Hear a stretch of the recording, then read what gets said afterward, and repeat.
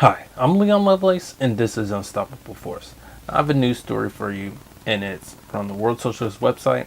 It's about how Canadian's Prime Minister Justin Trudeau, he's back in Spain's crackdown.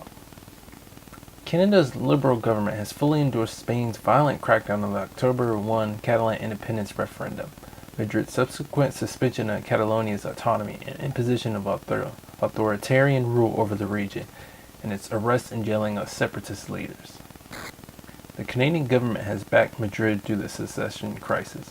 A government statement released immediately following the October 1 repression justified Madrid's action in the name of upholding the rule of law, i.e. Spain's reactionary constitution, which declares unity of the state inviolable.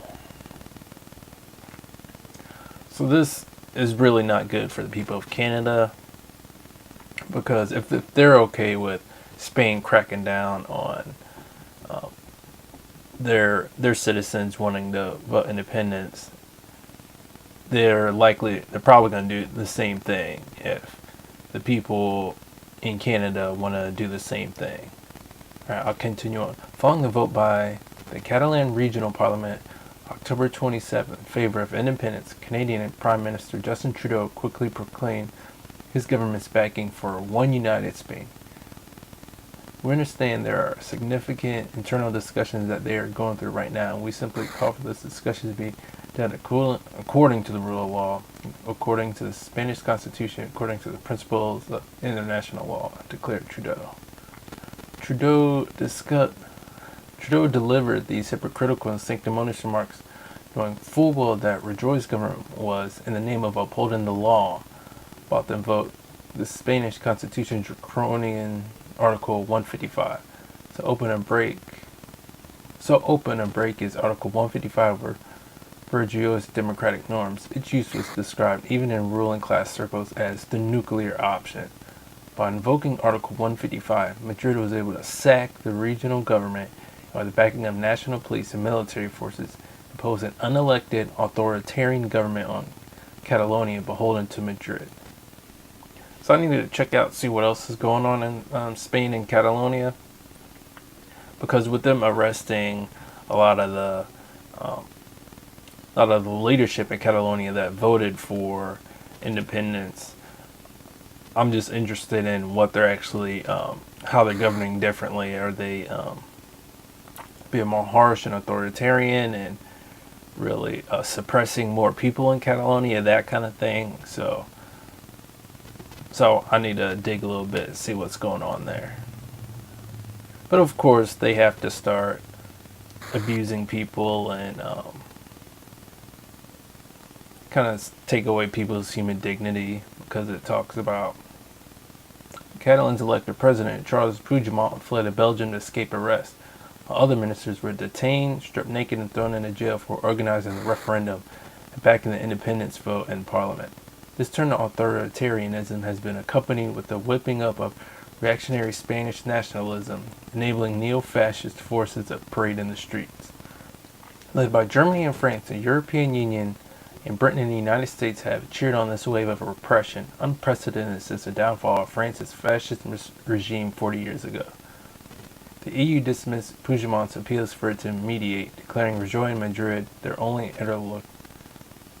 interlocutors and the Spanish government's violence a lawful and proportionate use of force. So I pretty much knew that the EU was going to be cool with Spain just running roughshod on the Catalan regional government, because they definitely don't represent the working class and the poor people of Europe. So anything that helps out the ruling class, the elites, and the big corporate interests is what the EU is going to support. Because it says that later on that they really wanted to discourage separatist movements.